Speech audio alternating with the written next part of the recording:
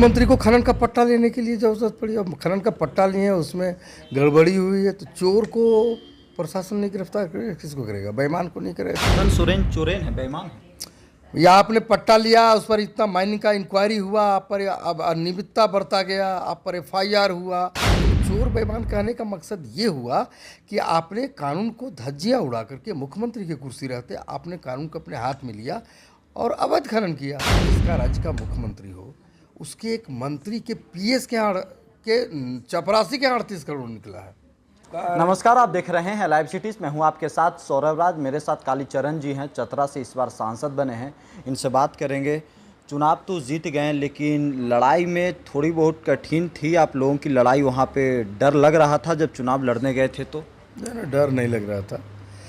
चुनाव तो चुनाव ही होता है, लेकिन डरने क्या। देखिए, देश की आज़ादी के बाद पहली बार किसी राष्ट्रीय पार्टी का कोई व्यक्ति, जब से चतरा लोकसभा क्षेत्र का अधिसूचना हुआ तब से मैं पहला व्यक्ति लड़ रहा था। स्वाभाविक था, संबंध है, किसी का काका हूँ, किसी का भाई हूँ, किसी का भतीजा हूँ, रिश्ता है। डरने का तो कोई प्रश्न नहीं उठता है। आनंद से चुनाव लड़ रहा था, आशीर्वाद ले रहा था अलग अलग चीज़ों से।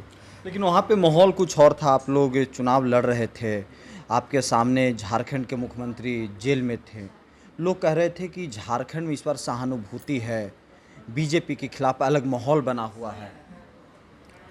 कौन क्या कह रहा था ये तो मैं नहीं बता सकता। चुनाव हो रहा था और मैं ज़्यादा मत से तो नहीं जीता, लगभग 2.5 लाख मतों से मैं जीता। तो 2.5 लाख मत तो बहुत होता है ना सर? 2.5 लाख लगभग मत से मैं जीता हूँ। और डरने की ऐसी कोई बात नहीं है। चुनाव तो स्वाभाविक है भाई, चुनाव होता है तो मन में लोगों को संशय होता है, लेकिन मुझे कोई संशय नहीं था। मैं 38 वर्षों से भारतीय जनता पार्टी का कार्यकर्ता हूँ।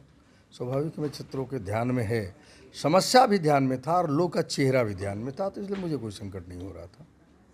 अच्छा। लेकिन अब आप सांसद बन गए, दिल्ली पहुंच गए हैं, तो कुछ नज़र में होगा ना कि चतरा में ये करेंगे, सबसे पहला काम ये करेंगे। जब कैंपेन में आप चल रहे थे, घूम रहे थे, तो कुछ दिखा चतरा में कि जो सबसे पहला काम आप करने जा रहे हैं वहाँ पे? देखिए, समस्याओं का तो अंबार है, बहुत पिछड़ा इलाका है और दुर्भाग्य से 4-4.5 साल की शासन व्यवस्था में झारखंड मुक्ति मोर्चा समस्या का अंबार लग गया। लेकिन हमारे यहाँ जो लोग, जिस लोकसभा क्षेत्र से मैं आता हूँ, किसानों की सबसे बड़ी आबादी है, खेतों में पानी का अभाव है। कई हमारे यहाँ बड़े बड़े प्रोजेक्ट हैं जो अधूरे पड़े हैं। कहीं डैम है तो नहर नहीं है, नहर है तो टूटा हुआ है। तो सबसे बड़ा मेरा प्रयास रहेगा कि खेतों में पानी पहुँचे किसानों के हितों के लिए, ताकि वो आत्मनिर्भर होने की परिस्थिति का निर्माण हो। दूसरा बात यह है कि हमारे, देखिए, पहाड़ी इलाका है, पानी पीने का शुद्ध जल नहीं है।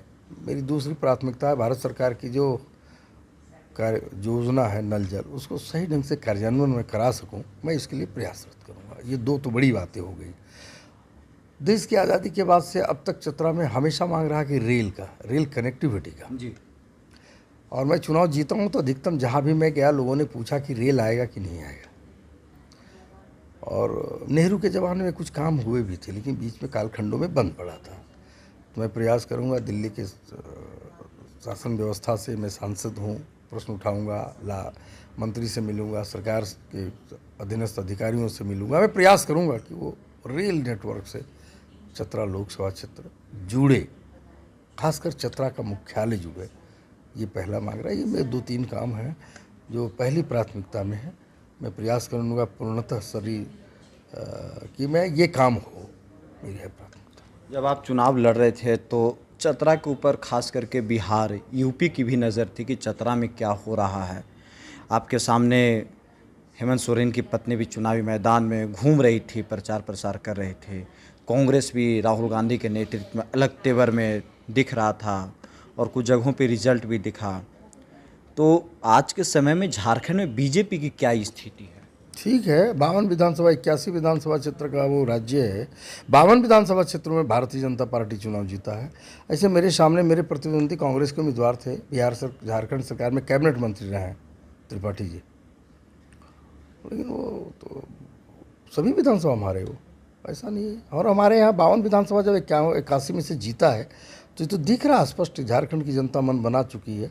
अगले 3-4 महीने में जब चुनाव होने वाली है तो इसी वर्ष आपके यहाँ चुनाव अभी भी जस्ट नवंबर में चुनाव होने वाला है। मुझे लगता है कि पूर्णतः ये जनता मन बना चुकी है और सरकार भारतीय जनता पार्टी की होगी, ये सरकार निकम्मी सरकार जाएगी। आप लोगों के ऊपर सवाल आपके विरोधी उठाते हैं कि आप लोग साजिश के तहत हेमंत सोरेन को जेल में डाल दिए। मैं भारत का ये पहला इतिहास है कि कोई मुख्यमंत्री के रहते दम अपने नाम पर खनन का पट्टा ले। ये दुर्भाग्य नहीं है राज्य का क्या? मुख्यमंत्री को खनन का पट्टा लेने के लिए जरूरत पड़ी, और खनन का पट्टा लिए उसमें गड़बड़ी हुई है, तो चोर को प्रशासन नहीं गिरफ्तार करेगा, किसको करेगा? बेईमान को नहीं करेगा। हेमंत सोरेन चोरेन है, बेईमान है।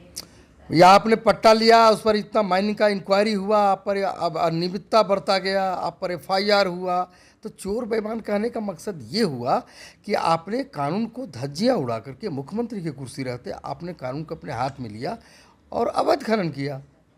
ये तो सर्वविदित है, राज्य की जनता जानती है। प्रशासनिक व्यवस्था में भयंकर खामी था, कोई अधिकारी बोल नहीं रहे थे, CBI ने उनको धरा, NIA ने धरा। अब आप मुझे बताइए कि जिसका राज्य का मुख्यमंत्री हो, उसके एक मंत्री के PS के चपरासी के 38 करोड़ निकला है। आपके यहाँ पैसा भी खूब मिलता है, कैश में वो भी। तो सुना नहीं, 400 करोड़ हमारे यहाँ धीरज साहब कांग्रेस के सांसद के घर में निकला, 398 करोड़ निकला। तो सिर्फ कांग्रेस वाले के यहाँ है या आप लोग के यहाँ भी कुछ है? जिसके यहाँ है उसके यहाँ पुलिस तो जाएगी ना। सत्ता में 60 वर्ष से वो रहे, तो आनंद तो वो ले रहे थे, और समझ नहीं पा रहे थे कि आनंद का थोड़ा दुर्गामी परिणाम भी होता है। आप ज़्यादा भोजन कर लेंगे तो बदहजमी तो होगा ना, ये है। आप लोग के यहाँ कुछ नहीं है ना, हमारे यहाँ से प्रश्न उठता, व्यक्ति किसी के यहाँ भी होगा तो पुलिस उस पर अटैक करेगी, या NIA या CBI, उस पर स्वाभाविक है कि कानून को अनियमितता नहीं बरते, ये तो ध्यान रहेगा ना। हमारे यहाँ रहा, हमारे यहाँ कहाँ है कांग्रेस की तो शासन इतने दिनों से। हमारे तो बहुत लोग में से यहाँ तो एक भी व्यक्ति आपको नहीं दिखा जिसमें 400 करोड़ निकला, 300 करोड़ निकला, 50 करोड़ निकला। आलमगीर आलम अभी जेल में है, उनके मंत्री के PS के नौकर के घर में 38 करोड़ है। एक नौकर 38 करोड़ रखता है तो फिर उसमें पूछने कहाँ जरूरत है? आगामी विधानसभा चुनाव का परिणाम क्या होगा? तो सरकार बनेगी। 81 में बना लीजिएगा। 81 में से 52 जब हम जीत चुके हैं, तो आज ही जीत चुके हैं, तो कल थोड़ी नहीं जीतने वाले हैं। आधा से अधिक तो 41 में हो जाता है, 42 में जीत गए हैं।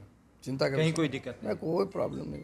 चलिए शुक्रिया सर, थैंक यू हमारे साथ बात करने के लिए। बहुत बहुत धन्यवाद। मुख्यमंत्री को खनन का पट्टा लेने के लिए जरूरत पड़ी, और खनन का पट्टा लिए उसमें गड़बड़ी हुई है, तो चोर को प्रशासन नहीं गिरफ्तार करेगा, किसको करेगा? बेईमान को नहीं करेगा। हेमंत सोरेन चोरेन है, बेईमान है।